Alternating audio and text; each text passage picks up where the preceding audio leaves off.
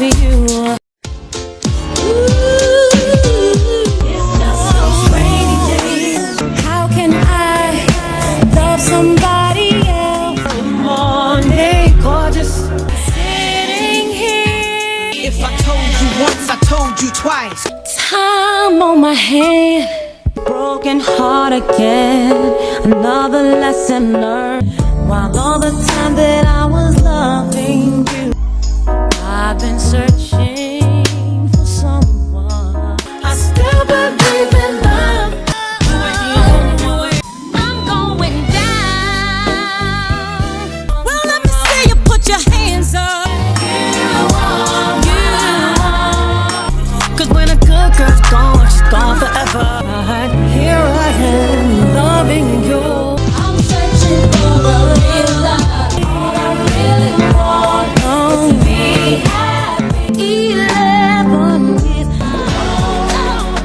things weren't the same. I've been praying for a rainy day. I don't get that far. My whole world is upside down. What if I told you Mary J. Blige didn't just end up in toxic relationships? She was conditioned for them. Everyone saw her as the queen of hip-hop soul, a powerhouse who sang about love, pain, and survival. But what if I told you that the same struggles that made her music so relatable were also the reason she kept getting trapped in one toxic relationship after another? From her explosive romance with KC from Jodeci, to the shocking betrayal by her ex-husband, Kendu Isaacs, Mary wasn't just unlucky in love. She was caught in a dangerous pattern. And the craziest part? She didn't even realize it was happening. Because before she ever stepped into the music industry, before she ever sang about real love, Mary J. Blige had already been set up to fail in love. And when you see why, you'll never look at her story the same way again. People like to say that Mary J. Blige just had bad luck with relationships, that she kept falling for the wrong men. But let's be real, this wasn't a coincidence. From the moment she was born, chaos was her normal. Mary grew up in one of the roughest public housing projects in Yonkers, New York. Her mother worked nonstop as a nurse, barely making ends meet. Her father?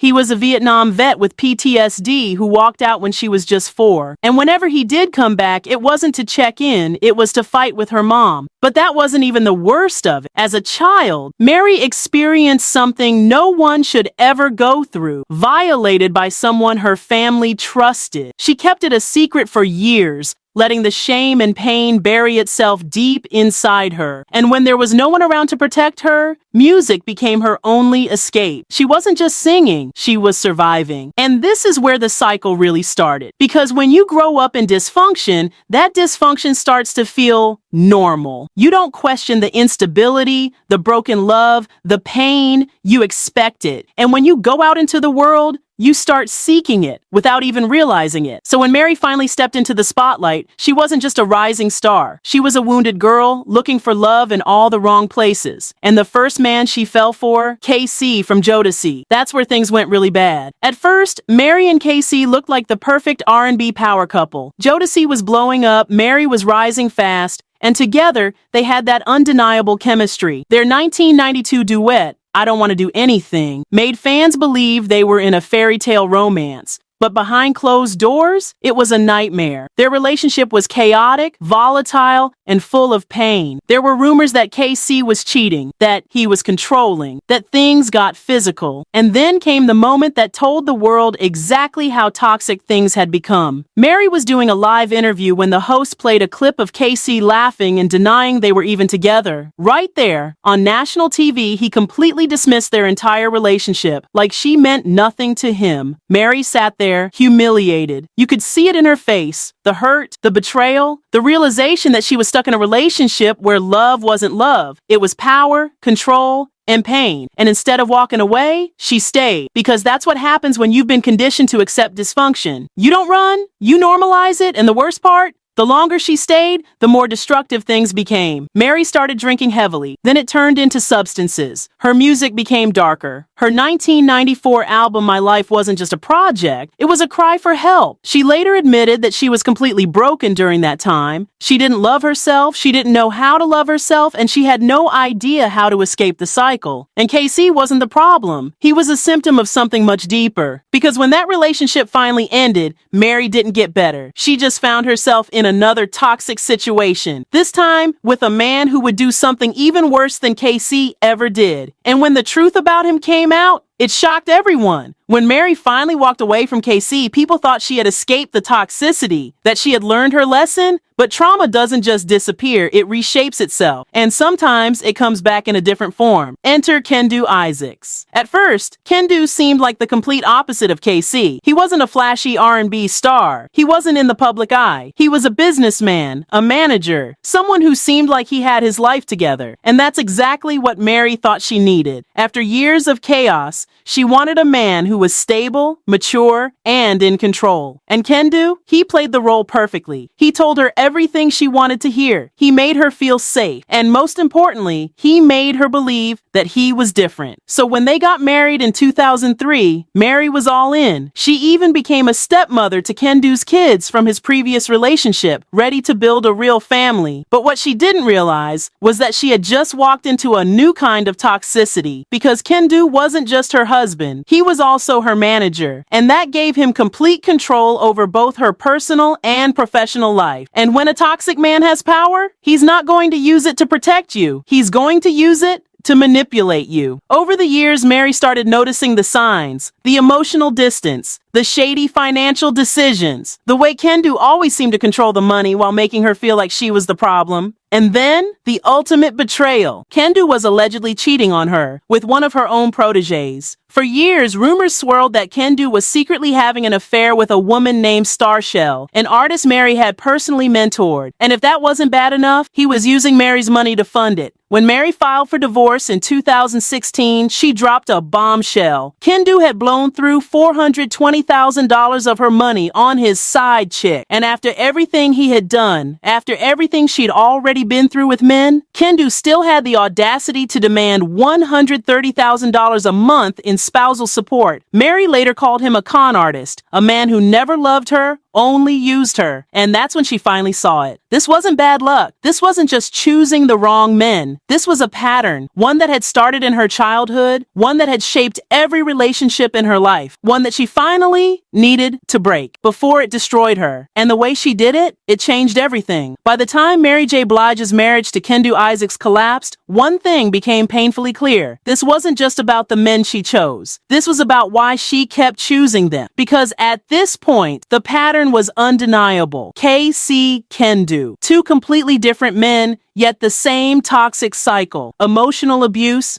manipulation, control. So the real question isn't why were these men like this? It's why did Mary keep falling for them? And the answer is deeper than just bad choices. It comes down to trauma bonding. When someone grows up in a chaotic, unstable environment, their brain gets wired to seek out that same kind of chaos in adulthood. Even if they hate it, even if it hurts them, it still feels familiar. And the most dangerous thing about trauma bonding? It makes toxic love feel like real love. Casey made her feel intense emotions, high highs and low lows. And that's what she mistook for passion. Kendu made her feel safe at first, but only so he could control her later. And by the time she saw through the act, it was too late. This wasn't just a Mary J. Blige problem. This happens to so many people. When you've been conditioned to accept pain, you start to believe that love is supposed to hurt. And that's exactly why Mary kept falling into the same cycle. She was chasing the idea of love while running from the one thing she actually needed, self-love. And until she faced that truth, nothing was going to change. But then something finally clicked. And that moment didn't just change Mary's love life, it changed her entire existence. For years, Mary J. Blige was trapped in a cycle of pain, repeating the same toxic relationships, thinking each time would be different. But then came rock bottom. After her messy divorce from Kendu Isaacs, she wasn't just hurt. She was financially drained, emotionally shattered, and questioning everything. And then, in one of her darkest moments, she had a realization that changed everything. No one was coming to save her. For the first time in her life, she had to choose herself. But choosing herself wasn't easy because Mary wasn't just dealing with heartbreak. She was drowning in debt. The divorce forced her to pay $30,000 a month to a man who betrayed her. She owed millions in back taxes. She was losing properties, barely staying afloat. And yet, this was the moment she finally broke the cycle because instead of finding another man to fix her life, she fixed it herself. She cut off the people draining her energy. She threw herself into her work. She redefined what love meant for herself. And the crazy part, she finally felt free. For the first time, she wasn't chasing validation from a man. She wasn't looking for someone else to complete her. She was becoming her own source of love, power, and stability. But that transformation didn't come without a price. Because while Mary was healing, she realized something painful. The people who truly loved her, they were gone. And the people who were still around, they were just there for the money, the fame, the benefit. So she had to let go of everything, including the version of herself that had spent decades settling for less. And that's when Mary J. Blige stopped being just a singer and became a survivor. But she wasn't done yet, because after everything she had been through, she was about to send a message that no one saw coming. After everything Mary J. Blige had been through, the betrayals, the heartbreak, the financial ruin, she could have easily given up. But instead, she made a decision that she would never ever let herself be used again. And she meant it. In an interview after her divorce, Mary made it crystal clear. She would never take care of a man again. She would only date men who had more money than her. She refused to be anyone's savior because for too long, she had been the one giving love, giving money, giving support to men who took everything and left her empty. And she wasn't doing it anymore. She finally realized she wasn't the problem. The way she was loving was. She had been pouring herself into people who never deserved her in the first place. And now she was making herself the priority. That shift in mindset changed everything. Not just in her love life, but in her career. She got her money back up, securing brand deals,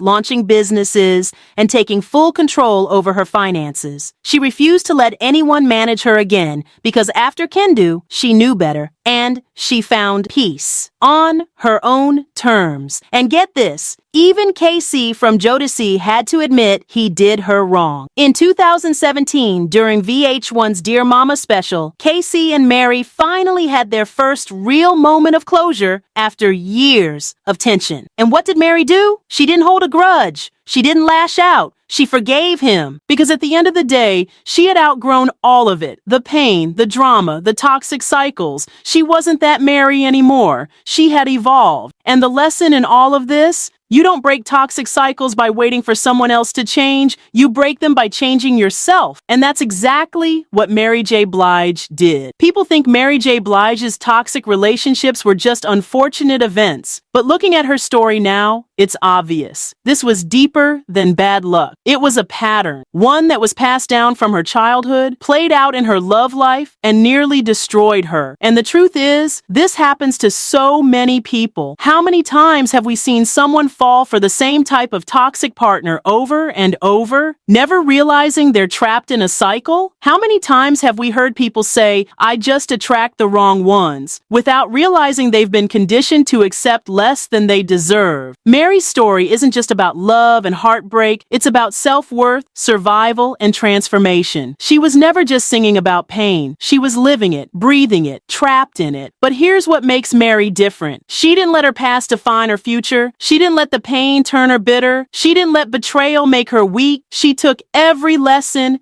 every scar, every ounce of suffering and used it to fuel her comeback. And that's why she's still standing. That's why she's still thriving, still making music, still dominating every industry she touches. Because this wasn't just a comeback, it was a rebirth. And if Mary J. Blige can go through all of that and still come out stronger, then maybe, just maybe, anyone can. So next time you hear her voice, next time you listen to My Life or No More Drama, remember, this isn't just music. This is a testimony. And no matter what she's been through, one thing is clear. Mary J. Blige will always be the queen.